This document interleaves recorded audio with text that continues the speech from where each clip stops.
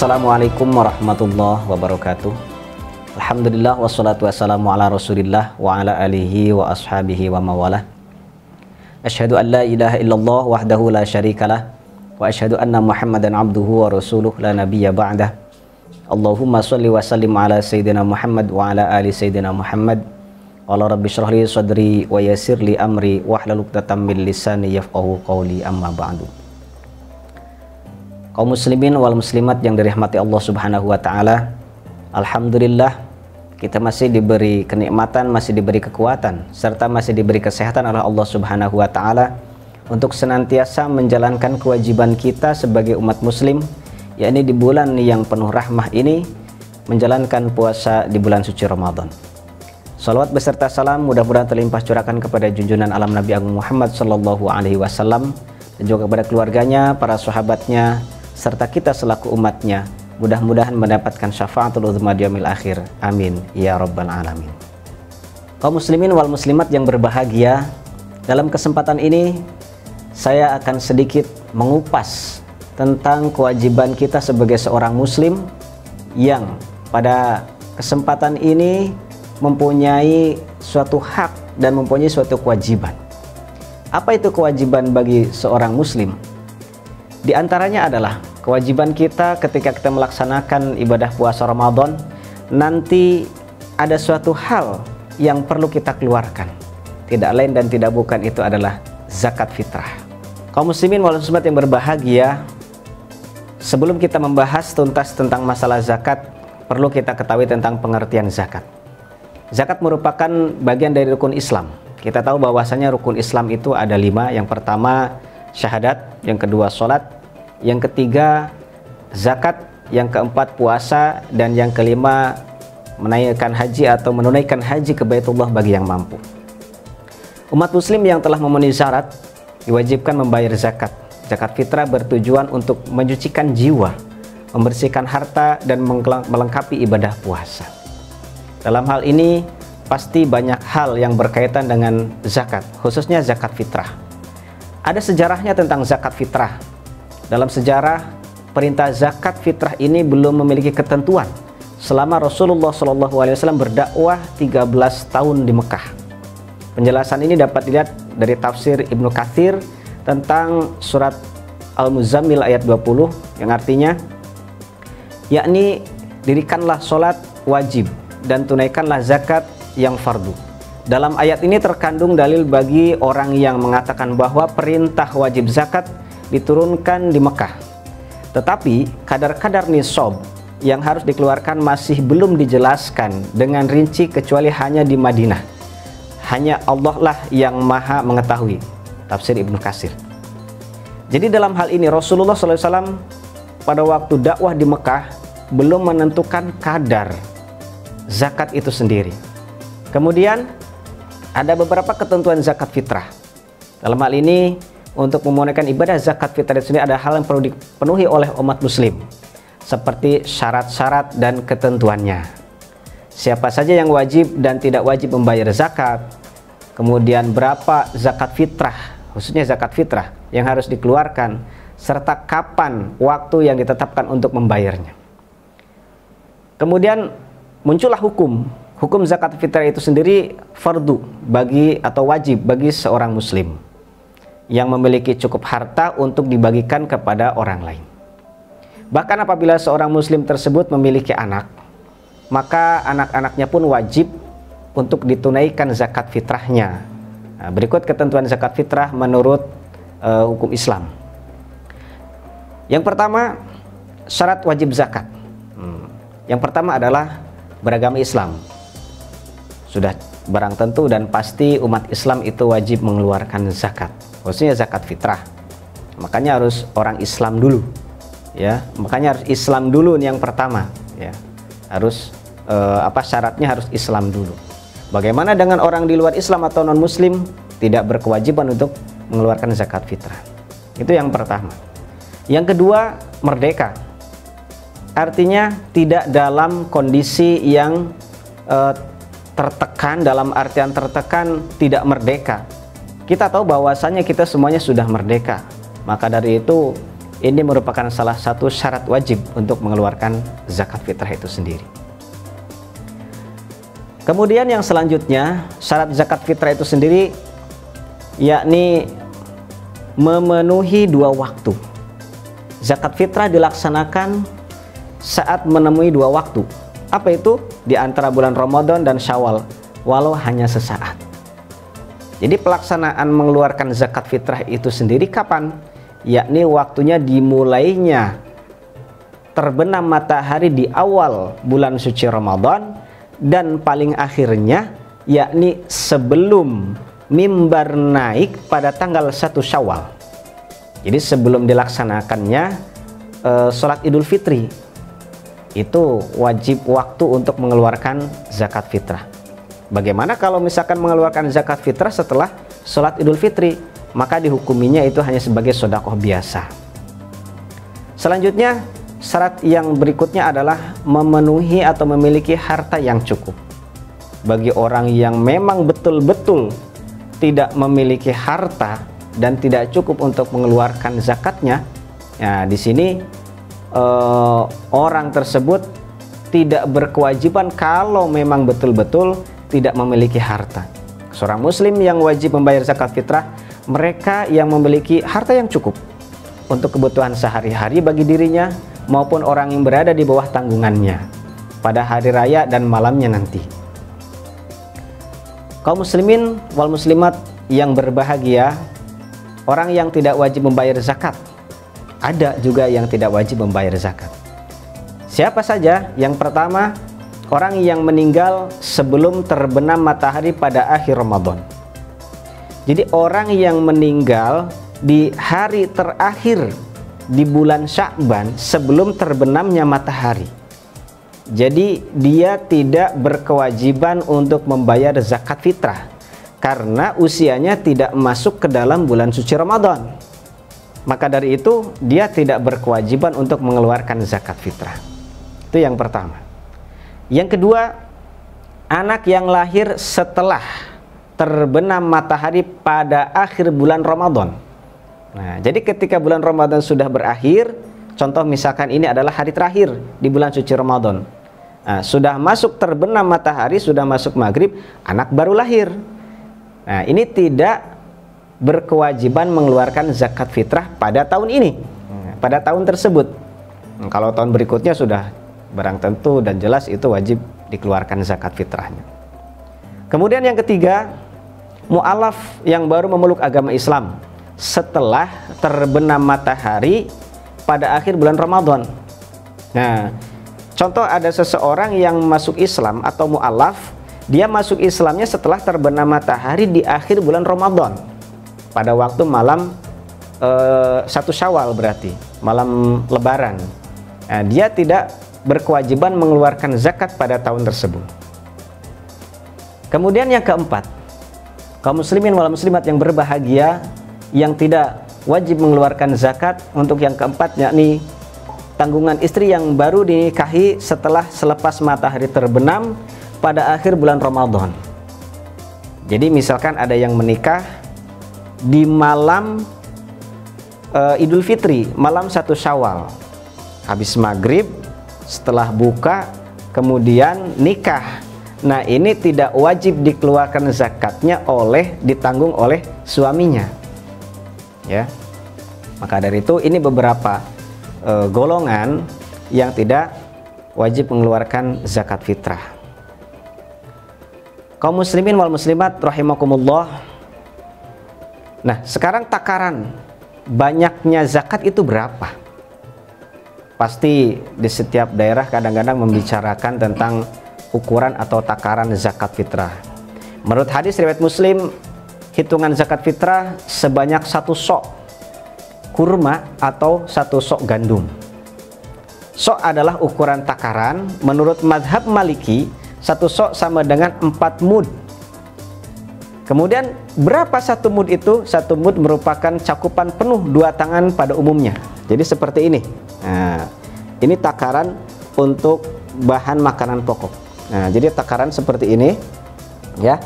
Ini satu mud takaran untuk bahan makanan pokok, gitu ya. Itu. Kemudian akan tetapi tidak semuanya takaran tangan itu sama. Antara orang Indonesia dengan orang Timur Tengah sudah pasti berbeda, karena memang postur tubuhnya juga berbeda. Setiap tangan memiliki ukuran yang berbeda-beda. Tentu akan kesulitan untuk menghitung secara merata. Bahkan 4 perdebatan besaran zakat, ada sempat perbedaan antara takaran zakat masing-masing di daerah Timur Tengah. Ya karena memang takarannya berbeda-beda. Mood dalam artian di sini adalah mood ukuran tangan, berbeda dengan mood istilah anak zaman sekarang. Saya lagi nggak mood Aid, bukan itu ya. Jadi moodnya itu mood dalam bahasa Arab. Mood dalam bahasa Arab takaran untuk bahan makanan pokok untuk dikeluarkan zakat. Nah, ada beberapa pendapat dalam hal ini. Menurut madhab Hanafi, 1 so' setara dengan 8 ritel Irak. 1 ritel Irak seukuran dengan berat 130 dirham. Bila dikonversikan dalam ukuran gram, 1 so' setara dengan 3.800 gram atau 3,8 kg. Ini menurut madhab Hanafi. Kemudian bagaimana dengan madhab Syafi'i? Nah, menurut madhab Syafi'i sendiri memiliki pandangan bahwa 1 so', ukuran 1 so' itu setara dengan 5 ritel Baghdad atau senilai 685 dirham. Nah, kemudian sementara menurut madhab Hambali 1 so' setara dengan 2.751 gram atau 2,75 kg. Nah, dalam hal ini berbeda-beda. Besaran yang berbeda-beda dari makanan pokok yang dizakatkan kemudian membuat banyak perdebatan. Oleh sebab itu, Badan Amil Zakat Nasional atau Basnas telah menentukan aturan zakat fitrah di Indonesia, khususnya jumlah zakat fitrah yang diwajibkan sebesar 2,5 kg atau 3,5 liter makanan pokok. Nah, kalau misalkan beli beras di pasar biasanya menggunakan liter. Nah, berapa kalau kalau menggunakan liter? Yakni 3,5 liter. Kalau menggunakan kilo sekitar 2,5 kg untuk setiap jiwanya. Makanan pokok di Indonesia disepakati adalah beras. Jadi menggunakan beras karena makanan pokok kita di Indonesia adalah beras. Nah, kemudian waktu untuk membayar zakat fitrah itu sendiri, yang pertama ada waktu harus. Harus dikeluarkan. Kapan waktu harus? Yakni membayar zakat fitrah dimulai dari awal bulan sampai akhir bulan Ramadan. Jadi ketika masuk bulan suci Ramadan, di awal bulan suci Ramadan ini sudah boleh mengeluarkan zakat fitrah.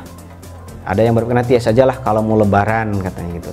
Nah, kalau misalkan memang di awal bulan Ramadan ini sudah punya persediaan, daripada nanti sampai tidak terkeluarkan karena khawatir dengan persiapan-persiapan sebelum lebaran, kalau di awal Ramadan mengeluarkan, yaitu sudah boleh mengeluarkan zakat fitrah. Ini waktu harus. Kemudian ada juga waktu wajib. Kapan waktu wajib? Waktu yang sangat wajib untuk membayar zakat fitrah yaitu sesudah matahari terbenam pada akhir bulan Ramadan, karena setelah matahari terbenam dalam Ramadan terakhir dan memenuhi bulan Syawal. Artinya ketika memang sudah di akhir bulan Ramadan, jangan sampai tertinggal. Ini harus dikeluarkan zakat. Jangan sampai nanti kelewatan sampai naik mimbar, khotib naik mimbar ketika sholat Idul Fitri. Ini sudah berbeda. Artinya sudah bukan zakat fitrah lagi. Ya, ini kesannya sudah sedekah seperti biasa. Kemudian waktu afdol, waktu yang utama untuk mengeluarkan zakat fitrah itu sendiri, yakni sholat Idul Fitri akan lebih baik untuk dilaksanakan jika sudah membayar zakat fitrah.